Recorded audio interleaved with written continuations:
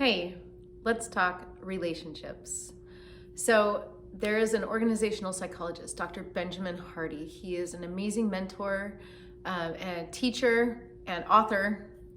And he talks about transactional versus transformational relationships. If you haven't watched any of his videos, subscribe to his channel, go through, watch his videos. They're worth your time. Very valuable. I hope this adds some value to you today because I want to talk a little bit about how transformational relationships versus transactional relationships are the relationships you want to have in your life. They're the relationships that add value, and they're the relationships that you use to base your personal performance in your life off of. We all measure ourselves in part by the relationships we have in our lives and their opinions. And what is really important about the relationships that we have is that they are transformational, that they help us progress, that they keep us growing, that they keep us moving forward, and don't just sort of supply an exchange of goods and that's it. Those relationships are important. But what I'm trying to say is that those relationships you hold most dear in your life, those relationships that will help you move forward and improve your performance, are the transformational kind. So I have a story for you. This is when my husband and I were dating, and he will tell you that I was a jerk when we were first dating. And it's hard for me to admit, but I was. And there was a time in our relationship when I wanted answers. I wanted to know if we were going to move forward in this relationship and what that was going to look like. And while I was driving down the road, I got the impression, the feeling that God was telling me to not run away from a good thing.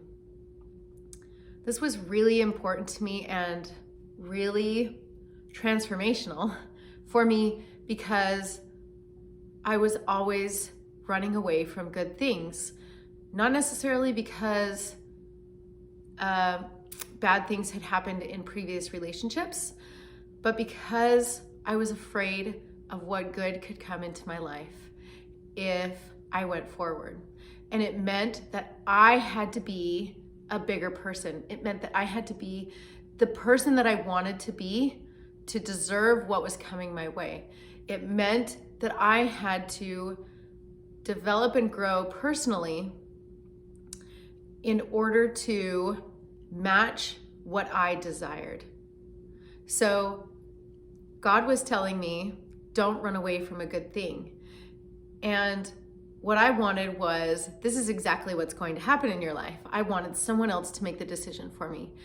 I realized that I needed to and was choosing who I was going to be or who I wanted to be by choosing to move with faith and not with fear.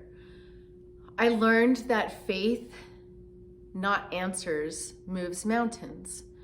And this relationship was pivotal in my life. Clearly, 18 years later, I am so thankful that I didn't let fear determine my course of action. And so I want to share that with you. Sometimes we don't think that we deserve the relationships in our lives that we want to have. You might think that someone you're dating, someone you want to meet, someone you want to work with or collaborate with, that they are way out of your league. I'm here to tell you that they are not. And that is something that I have to continually remind myself every day as well. That the relationships you choose to have are based on the person you choose to be. Darren Hardy, if you know who he is the creator, the developer of Success Magazine. He's an incredible coach and mentor as well. And he tells a story of writing a letter to his future wife.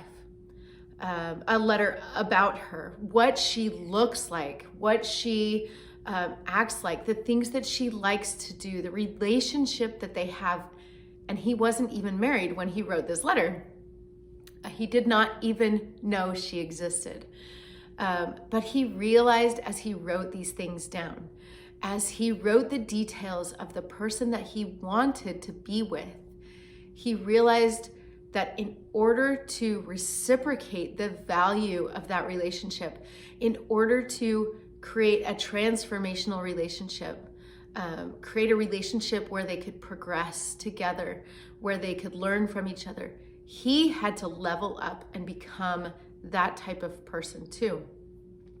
That is something we all need to do, and something that you can do. It is possible. And I love this story because he writes this letter, and then as he is working on these qualities, this list of qualities of all the things that he wanted in a spouse, he realized that he needed to make changes in his own life. So he started making changes. And where he is today, he married the woman of his dreams. It no longer was a dream that he wanted the type of person that he dreamt about, right? Quote unquote. He didn't dream about this person. She existed. He had to become that type of person in order to find who she was, in order to really see that in another person. And I believe that these are the relationships we hold most valuable, the ones that stretch us, the ones that change us, the ones that open our heart and help us to see more. And often that challenges our ideals, it challenges our beliefs, it challenges our perceptions, it changes our interactions with people, because no longer are we basing our interactions on what we're going to get, but how we are going to show up and the person we become because of those relationships. So I'm happy to say that my husband and I, or the man that I dated, when I had that experience, we are happily married, have been for 18 years, and we are not the same. We are very, very different. But he stretches me and challenges me in ways that I am so thankful, that add value to my life, as well as the type of person he is. And I believe it's because we are growing and progressing both personally and together as a couple. And that growth requires faith. It doesn't require all the answers at once. We know that plants, a garden is going to grow, but we don't know what weeds we're going to encounter. We don't know if all of the plants are going to grow, but we do know that if we do certain things to those plants, if we water it, if we give it the nourishment that it needs, if we clear away the things that are harmful to it, then those plants, that garden will grow and thrive. And the same goes for our relationships. The same goes for your relationship with you. Your personal relationship with you will impact your relationship with others, because your personal performance is what influences other people and what helps them to see the type of person you are and how you want to be treated. That totally changes our interactions with people. And if they don't live up to those reflections, then we can see clearly what we want in our lives and what we don't. And so I would challenge you to take a personal inventory on the person that you want to meet, the type of person you want to interact with, the type of person you want to do business with, the type of person you want to have an intimate relationship with. And then ask yourself, is this the type of person I am? Is this who I am striving to be? Is this who I'm working on becoming? Because remember, faith moves those mountains. not answers. And faith is action. It's not just a belief that you can be that person. It is taking daily steps to become that person.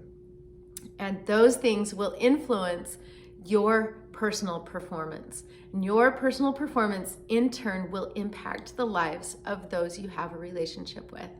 So I challenge you today to take some time to decide on just three things, 3 characteristics you want to develop in your life, or that you have and you want to improve, or that you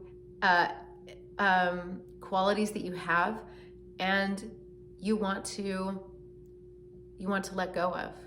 Maybe mindsets, maybe limiting beliefs or attitudes, things that hold you back. Those are what will help remove barriers and boulders on your path to reaching the reality of a joyful and fulfilling life and fulfilling relationships.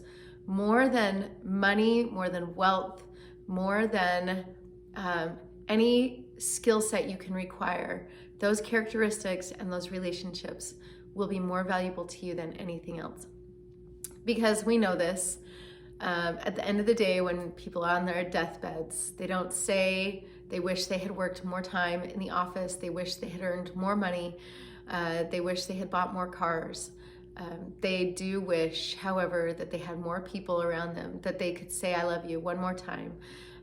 And we want to be around people who we want to say that to, people that add value to our lives. And you add value to someone else's life. So I challenge you to take the steps you need to do today to let someone know how thankful you are for them and build those transformational relationships. And you can in turn work on becoming the person you want to be so that they can reciprocate. Make it a great day, and I'll see you on the next video.